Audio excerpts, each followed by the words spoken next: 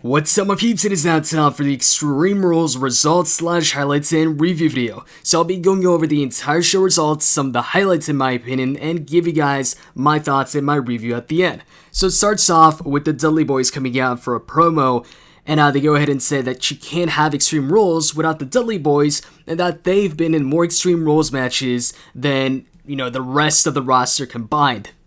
And then they go ahead and encourage the crowd to chant ECW when they bring it up, so the crowd does. And then the Dudley boys go ahead and call them sheep for, pretty much following what the Dudley boys, are telling them to do and everything. And then they get to the part where they trash the crowd, or trash the city that they're in. So Bubba goes ahead and says that, since, earlier today when they landed in Jersey, he's been wanting to tell him something. So he goes ahead and does the whole Devon! Before he says, get the tables, but instead he goes ahead and says, let's get out of here. And then Cass comes out, and he goes ahead and says that the reason why you don't want to tell Devon to get the table is because he ate the table and everything on it. Then he goes ahead and names all the foods that were on it, I guess, like fish, steak, chicken, and all of that. And then he goes ahead and says that the new era that the Dudleys are bashing can do everything they did in bingo halls, but in front of millions of people, and they can do it better. So anyways, he ends up getting in the ring and fighting it out with the Dudley boys. They get the better of him until Devon is holding him for a running big boot from Bubba, but then Cass gets out the way, so Bubba hits the big boot on Devon, and then Cass goes ahead and hits his finisher on Devon, and that's pretty much it. He calls them soft, and that was it for that segment. Afterwards, we get an interview with The Miz about his fatal 4-way tonight. He goes ahead and does a monologue inspired by the 2004 hit film, The Miracle, starring Kurt Russell. Then afterwards, he goes ahead and redoes it and says that, this new era, their time is up and his time is now. And he says, screw the new era, it's his time, and he's going to go out there and take it. Afterwards, we get the kickoff match. Baron Corbin versus Dolph Ziggler. So this was a no disqualification match, so I was expecting at least one weapon shot, but we didn't even get that. So I'll just move on to, I guess, the big moments of the match, or the big moves. So we get Corbin hitting the deep six on Ziggler. He gets a 2.5 count. And then Ziggler goes ahead and jumps from the top, but Corbin catches him, but then Ziggler turns it around into a jumping DDT and then follows it up right after with the Faymacer for a 2 count, and then Ziggler goes for a super kick, and this is where the match ends. Corbin goes ahead and dodges the super kick, hits the low blow, which I guess was the disqualification move of the match, and then follows it up with End of Days, and that's it. There were no chair shots or kendo sticks or... This was just pretty much a no disqualification match, so Baron Corbin could punch Ziggler in the nuts, and that was it. So besides that, which could have been done with a referee distraction, it really wasn't an extreme match. Okay, so moving on to the main show. That started off with the tag team match, the Usos versus the Club in the Tornado tag team match. And I know we've seen these two face off every single week now, since we saw the Club for the first time on the main roster on Raw. But I'd say maybe this was their best match. But I want to say something actually about this match a bit later in the video. I'll go over it later. But anyways, as far as the big moments of the match, for most of the match, what I did like is the Club went ahead and focused on trying to eliminate Jimmy Uso out of the picture, so that way they'd focus on Jey Uso. And so for a lot of the match, they just take out Jimmy, and then they focus on Jey for a while, both of them. And then whenever Jimmy would try and get back in the ring and help Jey out, they'd take him out once again. So I'll just go over some of the big moves or more entertaining parts of the match. Pretty early on, they went ahead and hit the Boot of Doom on the outside. Luke Gallows went ahead and put Jey Uso on his shoulders, and then Carl Anderson, who was actually on the apron, goes ahead and hits the Boot of Doom. And after that, they get Jey in the ring, and they get him in the corner. Carl goes ahead, hits an enziguri on him, followed by a running corner splash by Luke. And then Jimmy tries to get back in the ring, but they take him off the apron right away. And then once he finally gets back in the ring, he goes ahead and missile drop kicks Gallows into a roll-up from Jey, but he kicks out. And then Carl goes ahead and drags Jimmy to the outside and clotheslines him, once again taking him out. A bit later in the match, They try to go for the Boot of Doom once again on Jay, but Jimmy drags Carl out of the ring, and then they get back in the ring, or Jimmy gets in the ring. They double super kick Gallows, and the crowd starts booing, and I'll get to this, a bit later. And they both climb up the top, but Carl goes ahead and takes Jimmy off the top. Jey Uso then goes for the Whisper and the win on Gallows, but Gallows just gets out of the way, so he misses it. And then Gallows goes ahead and hits the Gallows pole on him. And after that, we get a Samoan drop by Jimmy on Luke Gallows. Carl Anderson follows it up with a spinebuster on Jimmy. And then moving on towards the end of the match, this is how the match ended. Gallows goes ahead, picks up the ring bell, he gets in the ring. He tries to hit Jimmy with it, but Jimmy super kicks it into his face. And then Jimmy goes for the splash, but Gallows rolls out the way, he misses it, and so he hits the ring bell, and then Gallows and Anderson hit their suplex neckbreaker, which is called the Magic Killer, for the 3 count and the win, so the club win the match, which I thought was the right team to win this match. After that, we got Rusev versus Kalisto, the US title match. They made sure to bring up the fact that Kalisto is injured because of Rusev's attack on him on Raw. They really brought that up a bunch of times during the match, and it played into, the finish of the match. It played into the entire match just because they kept on bringing it up, and, Rusev would target the back. So, actually, one of the chants I heard in this match, something I think, and this is the first time I hear it, is a "Let's go Rusev" and a "Rusev sucks" chant. So it's kind of like the "Let's go Cena," Cena sucks chants. Same thing, but we're Rusev. And we got, at some point, Rusev putting Kalisto in the torture rack, and he's walking around while having him in the torture rack like he's got nothing on his shoulders. But then Kalisto turned it into a sleeper hold, so Rusev went ahead and decided to just fall backwards so he could take out Kalisto and take him off him, stop the sleeper hold. So Kalisto eventually starts building up momentum. He hits the corkscrew elbow, followed by the Hurricane Rana, that only gets a 2 count. And then he hits a innovative Hurricane Rana to the outside where he's in the ring, but then he jumps in between the first and second rope into Hurricane Rana, sending Rusev into the steps. And then back in the ring, he goes ahead and hits a springboard frog splash. That only gets a 2 count. A bit later in the match, he goes ahead and hits a second rope moonsault to the outside on Rusev. And then once he gets Rusev back in the ring, he goes ahead, goes to the top.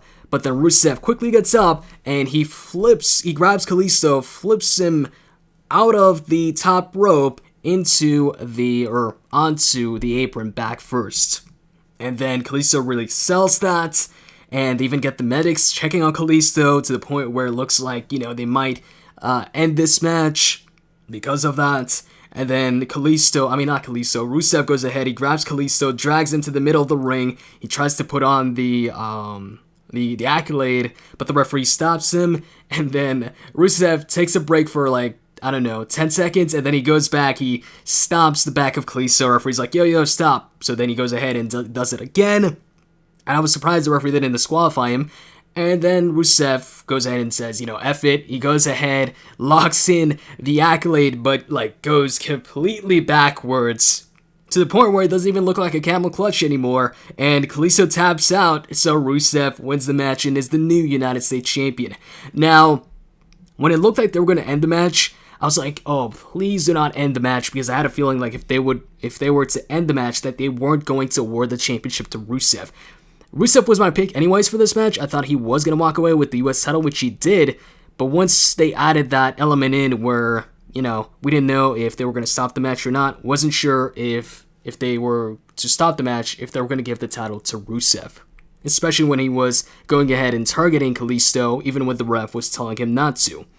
So, after that, we got the New Day versus New Day versus the Vaudevillains.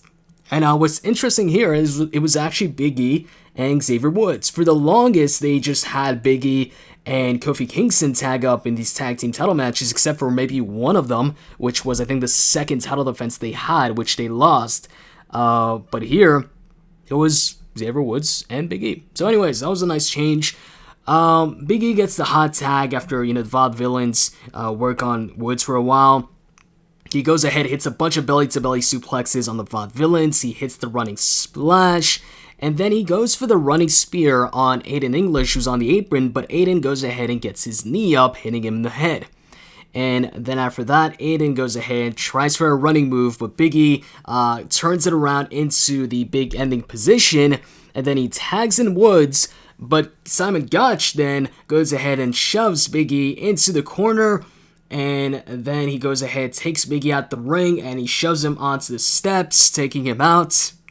And then back in the ring, Aiden and Gotch hit their tag team finisher, which I can't recall the name right now, and Woods actually kicks out.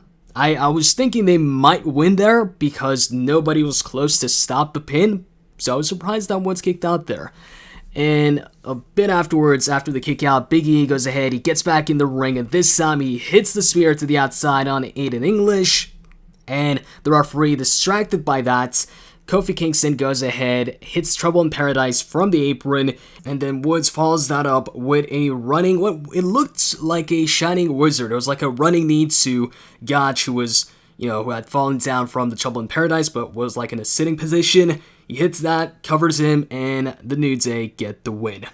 After that, we get Renee Young approaching AJ backstage, and she wants to talk to him about the club. She's like, how much will the club get involved tonight? AJ says, we've talked about this enough. He says, no matter what happens tonight, he will walk out the WWE World Heavyweight Champion, and then we see him go into the club locker room. Following that, we had the Fatal 4-Way match, Sami Zayn versus Cesaro versus Kevin Owens versus the champ, The Miz. And man, there was a lot of cool moments in this match, so it's going to take a while to go over all of these. So, right off the bat, this was really interesting. It was a funny way to kick off the match. Right when it starts, as soon as the ring bell starts, Sami Zayn goes ahead and runs towards, because they're all in the, in separate corners. Sami Zayn runs towards Kevin Owens and hits the Luva kick right away, which sends KO to the outside. And then they all look surprised, or Cesaro and The Miz look at Sami Zayn. And then Cesaro goes ahead, hits a running uppercut on The Miz, taking him out as well. So in the beginning, it just leaves Sami Zayn and Cesaro to go at it. And in the beginning, they do a bit of chain wrestling. Cesaro starts showing off a bit with some kip-ups, a bunch of kip-ups over and over again. And eventually, we get Zayn hitting a flipping senton to the outside on Cesaro and The Miz.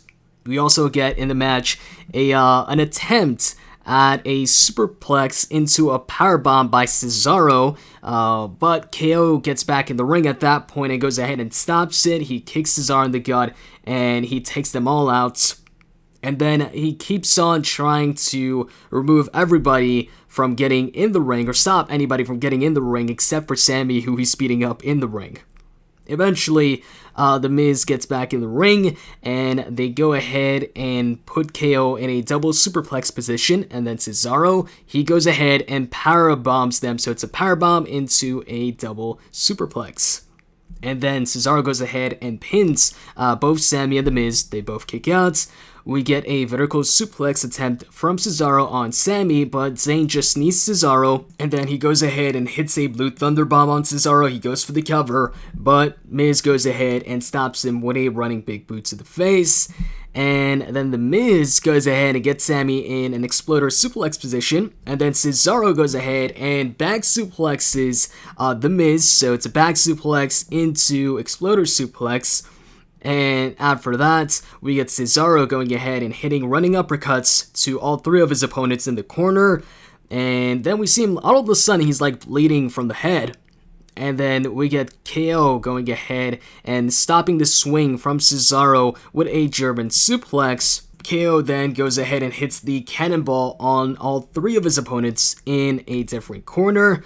And then Sami goes ahead and jumps over Kevin Owens when Kevin Owens goes for a pop-up powerbomb, and then we get a lifting uppercut from Cesaro on Sami Zayn, but then The Miz right away hits the skull-crushing finale on Cesaro. He goes for the cover, but Cesaro kicks out. I actually thought he had the match there. And then Miz starts slapping Cesaro. Cesaro slaps back and hits a springboard uppercut, and then he swings The Miz for about 20 swings, followed by the sharpshooter. The Miz won the submission, goes ahead and crawls towards the ropes where Maryse is, and Maryse grabs onto him.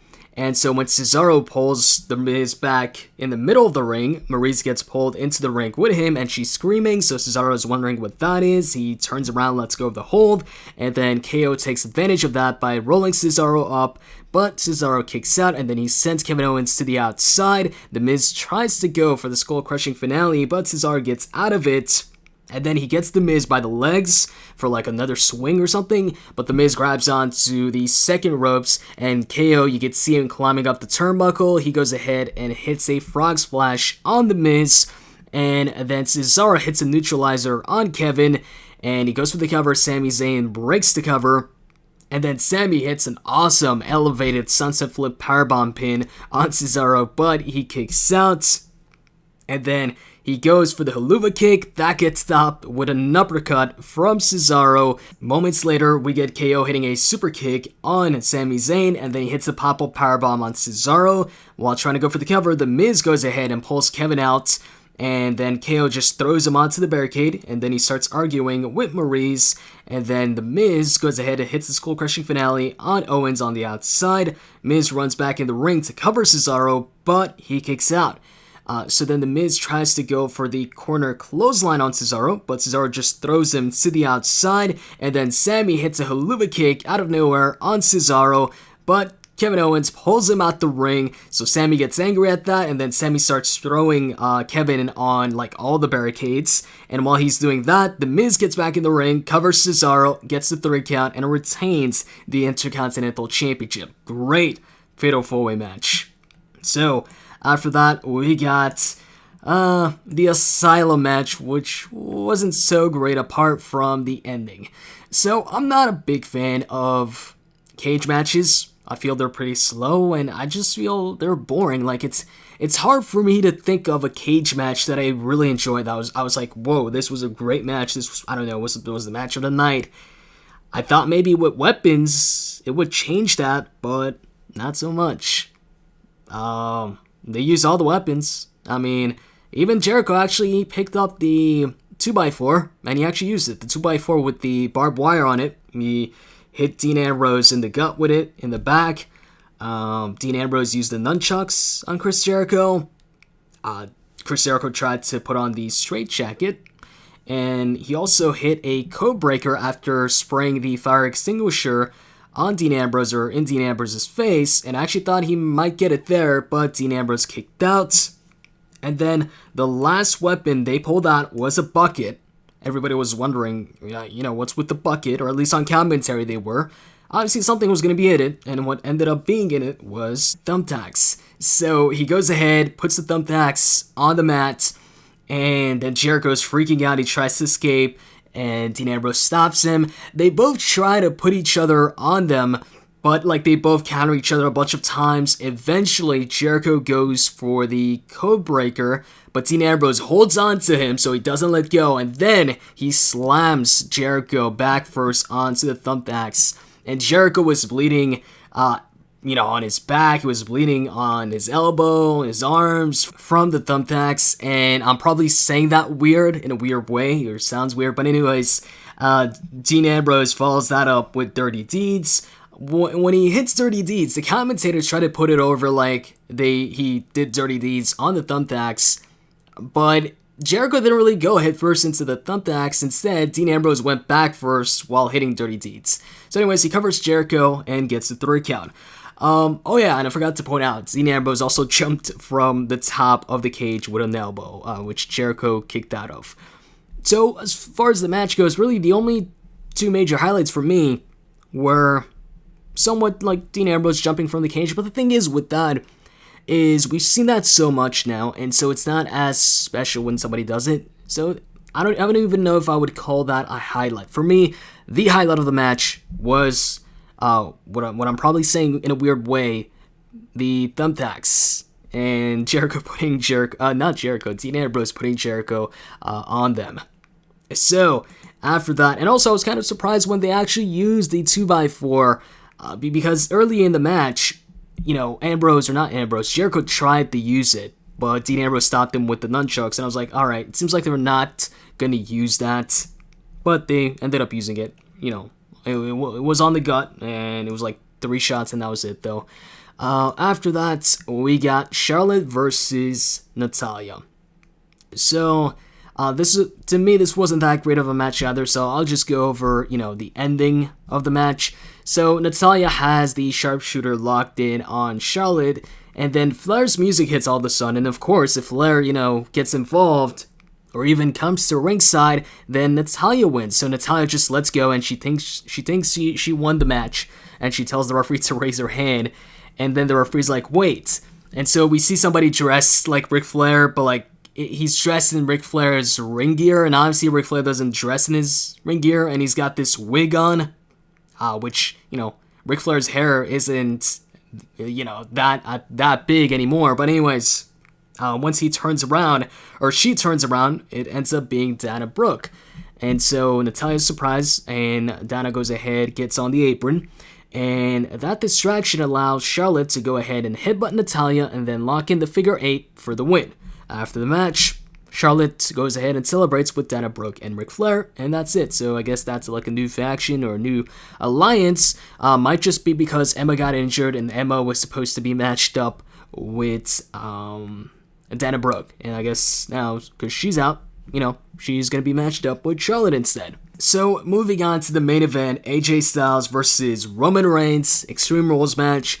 AJ tried to grab a chair, but Roman Reigns stopped him. Roman Reigns grabbed the chair, and he tried to hit AJ with it, but AJ ducked, and so Roman hit the steel chair, not the steel chair, he hit the steel steps, and so that hurt his hand, although the reaction time that Roman gave for his hand being hurt from that impact was kind of delayed. It was like 1 second late or something. Anyways, so he sells his hand, and from then on, AJ has control. He gets the better of Roman. They fight it out in the crowd with AJ getting the better of Roman.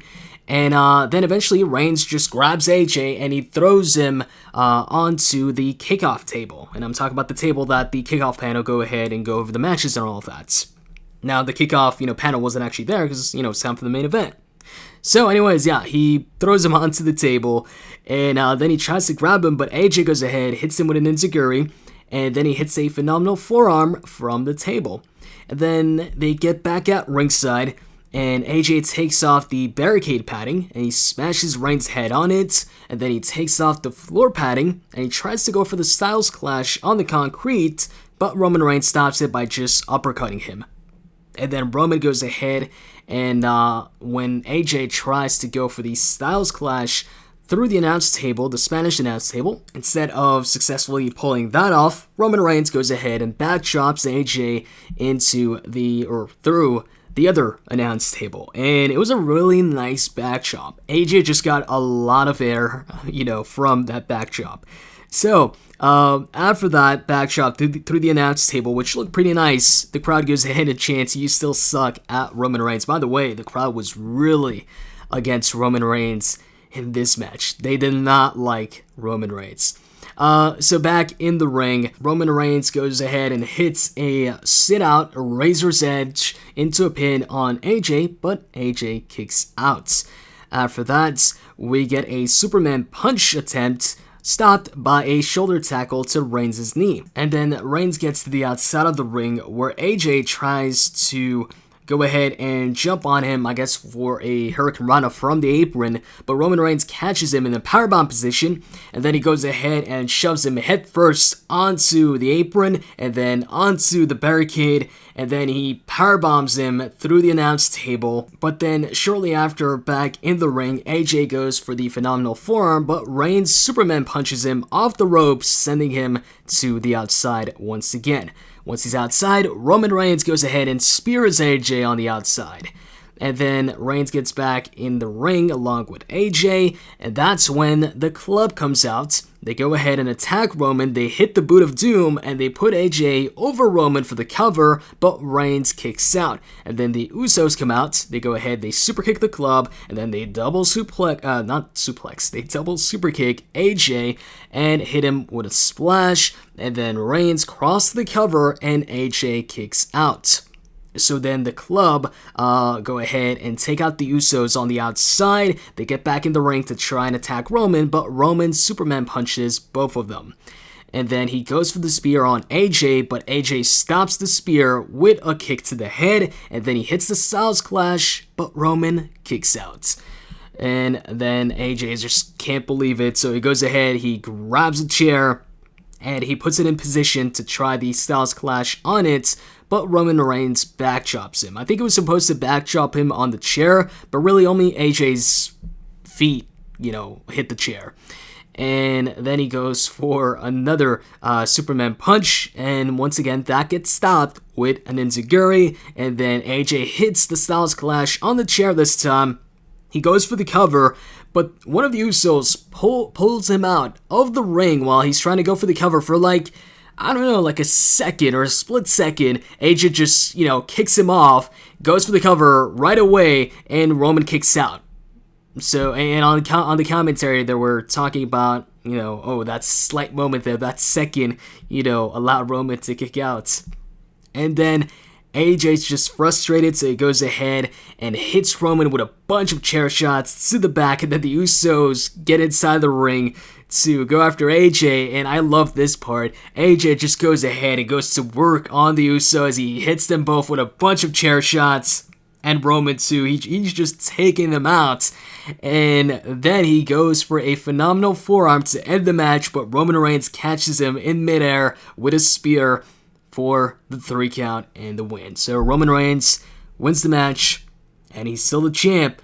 And then shortly afterwards, while he's celebrating, or he has the belt up, Seth Rollins comes back. You hear the crowd, going wild, and then whenever you hear the crowd going wild and you can't see something, it's like somebody's coming out.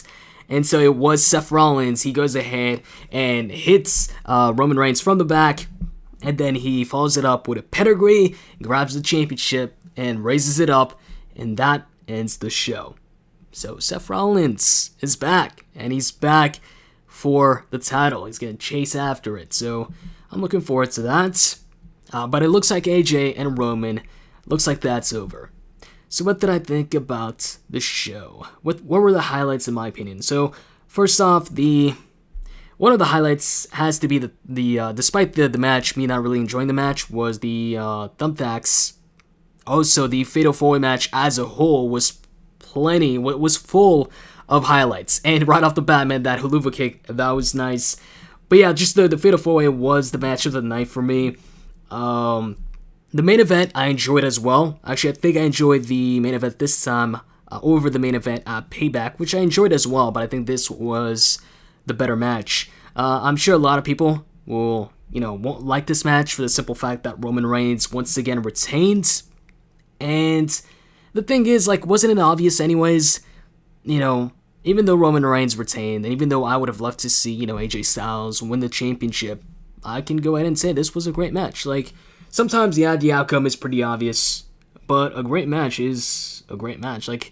If, I don't know, let's say The Undertaker and... Well, actually, no. I was going to say Undertaker and HBK have a great match, but the guy you don't want wins. But the thing is, most people, really like both of those guys. There wasn't really a moment where these guys were faces and were getting booed like, Roman Reigns is. Which, by the way, he was getting booed a lot in this match, and a lot of Roman sucks chants and all of that. And a lot of also, you can't wrestle chants. But yeah, I enjoyed the match, but I feel the Fatal 4-Way definitely topped this match. As far as the other matches on the card, honestly, all the other matches were, they weren't great to me. I wasn't really entertained by the other matches, and the only 2 matches that really entertained me were the Fatal 4-Way match, the main event, and maybe also Rusev vs. Kalisto. So that wasn't a bad match. The thing is, though, Rusev vs. Kalisto, to me, might have been boosted up a bit by, by Rusev winning the United States Championship. I'm happy to see a dominant Rusev again, which is exactly what we saw here in the match. This was like the Rusev of all, the undefeated Rusev. But man, Memorial Day is coming. John Cena's returning. Rusev is United States Champion. It's like I would be surprised if it's not Cena versus Rusev on Memorial Day for the United States Championship. And if that happens, Cena's probably gonna win. Cena's gonna win that. For the Rusev fans, our only hope is if that match somehow ends in a disqualification or just doesn't happen. Because if it does happen and there is no DQ, yeah, Cena's gonna win. So also something I wanted to talk about, and I said I was gonna talk about that tag team match. Now, it's not so much the tag team match that I want to talk about, but it's the Usos. And by the way, the Usos were getting booed in that match. So, when did the Usos, like, it's been a while, but when exactly did they just start to use or overuse super kicks? It's like their entire moveset comprises of super kicks. It's just super kick after super kick after super kick. Oh, hey, this time it's a double super kick. Oh, this time I'm gonna stop your suicide dive with a super kick. Oh, hey, this time I'm gonna, I don't know. It's just, like, it's all super kicks. The Usos themselves, to me, have gone stale. And this whole, let's just do super kicks all the damn time, like, that isn't helping.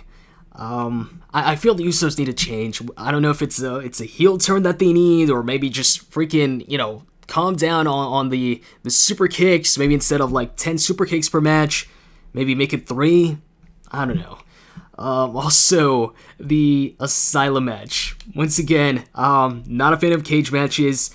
I was like, you know what? This Asylum match might be good. They're adding weapons to it. Let me give it a chance. Maybe I could, see actually a cool steel cage match. And, nah. The Asylum match isn't really looking too promising. And, I'm not really looking forward to a bunch of Asylum matches. I mean, maybe there's gonna be a good one down the line. But yeah, steel cage matches, still don't really enjoy them. And this hasn't changed my mind about steel cage matches at all. And I feel the match just went on for way too long. It dragged on for way too long. And I think that's something that all steel cage matches, or most of them, have in common. Really, the only cool moment of the match was the end. And maybe the dive from the top. But like I said, you've seen that so many times that it's not really special anymore. Moving on to the no disqualification match, that was probably the most normal no disqualification match I've seen in a long time. And what I mean by that is this just could have been a normal match. There were no weapons used. The only thing that, would have caused the disqualification was that low blow. And they could have just done that low blow with the referee getting distracted in the normal match, and that's it. But I guess since this is Extreme Rules, they did go ahead and put that no disqualification match stipulation, which I thought would add to the match. But since there were no weapons involved or, anything too crazy, it was just another Baron Corbin versus Dolph Ziggler match that didn't really entertain me. And I'm hoping that this is the end of the feud. I'm pretty sure it is. So I hope Baron Corbin and Dolph Ziggler move on to, some other opponents now, some other feuds. Actually, we might see both of them in the Money in the Bank ladder match. We'll see. And speaking of Money in the Bank, Seth Rollins, I'm glad he's back. And I was actually thinking that his return would take place on Raw. Because lately I feel like they've had the returns taking place on Raw more than the pay-per-views. But with this return, this definitely confirms that AJ Styles versus Roman is over. At least AJ versus Roman right now for the championship. And that it's going to be Seth Rollins versus Roman Reigns for the championship. Most likely at Money in the Bank. So that pretty much eliminates the possible Seth Rollins versus Roman Reigns WWE World Heavyweight Championship match at SummerSlam. Because if they have the match at Battleground or Money in the Bank or both, I highly doubt that they're going to have it once again at SummerSlam unless it involves maybe another superstar and they make it a triple threat or something like that. Now, before I close this out, I want to go back to the main event for a second. One of my complaints for their payback match, AJ versus Roman, is that Roman Reigns took 3 phenomenal forearms, the Boot of Doom, and also like 2 450 splashes and still kicked out. Yet, all it took for Roman was 1 spear, and that was it. He won the match. And this time it seems like they were like, alright, so we kind of killed the phenomenal forearm last time, so this time let's go ahead and kill the Styles Clash. So, AJ Styles, he hit the phenomenal forearm. The club went ahead and hit the Boot of Doom. AJ Styles also hit 2 Styles Clashes, one of them on the Steel's chair, and Roman still kicked out. And the issue with that is when Roman Reigns eventually gets beat for the title, whenever that is, unless that person goes ahead and hits 4 or 5 finishers, it's going to make AJ Styles and the club just look bad. because they hit a ton of finishers on Roman Reigns, and they still couldn't beat him. So if this, if whoever beats Roman Reigns, let's say it's John Cena. Cena hits 2 AAs, and that's it. He wins the championship. That makes AJ's phenomenal forearm, his Styles Clash, the club's finisher, look pretty bad. Because Roman kicked out of all of those, and kicked out of a few of them a bunch of times, after a bunch of them. And the thing is also, if you look at the past, Big Show beat Roman Reigns, I think, on an episode of Raw after hitting a chokeslam. Big Show doesn't even get wins anymore with the chokeslam, but yet one chokeslam took out Roman Reigns and beat him. But yet, like AJ Styles, he hits his finishers, 3 phenomenal forearms, and this one he hits 2 Styles Clashes, 1 on the chair, and he still can't take out Roman Reigns. I just feel there's a bunch of inconsistencies, with the finishers. Sometimes people's finishers just they're kind of devalued, I guess. And I will say this though, this time around at Extreme Rules, they did have AJ kick out of more stuff. I mean, he kicked out of, he didn't kick out of it, but he got hit with a spear on the outside. He got hit with a splash inside the ring, and he got hit with a spear at the end. But that's still not as many finishers and big moves as Roman Reigns took. And let's not forget that one of the finishers Roman Reigns took was also on a chair, and one of them was done by 2 guys at the same time, the Boot of Doom. But anyways, that's pretty much it. As far as a rating for the show, I'd give it a 6 to 6.5, with the 3 best matches, in my opinion, being the Fatal 4-Way match at number 1, the main event, and then the tag team match involving the New Day and the Vaudevillains. Rusev winning the title was cool. But the match itself was just, okay. Like, it wasn't a great match. The Asylum match, the only part that I did like was the ending. The rest of the match, it just went on for way too long. It was boring to me. Also, the disqualification match, the first match of the night, was probably the most boring disqualification match I've seen in a long time. The tag team match, the Club versus the Usos, wasn't a bad match. I actually enjoyed it, but it was a rematch. It was a rematch we'd seen how many times now? Like 10 times or something like that? Like, it seems like every single week on every single show we had the Club versus the Usos in some form or fashion. And then the women's match, that was an opportunity to get Charlotte pretty much her first clean win since turning heel on her own, but they went ahead and gave her somebody to help her out. Dana Brooke this time. So that's kind of, I feel, a wasted opportunity to give the heel at least, one win where she, that shows that she could actually do it on her own. She could have even, grabbed Natalya and shoved her into the steel post or something like that, or done some type of underhanded tactic on her own and found a way to win on her own. It didn't need to be clean, but I would have preferred to see her get the win on her own. Even if, she needed to cheat or whatever it was. So, that's pretty much it. I hope you guys enjoyed this video, and if you did, as always, a like is greatly appreciated, and let me know in the comments below what you thought was the match of the night. I'm out, guys. See ya.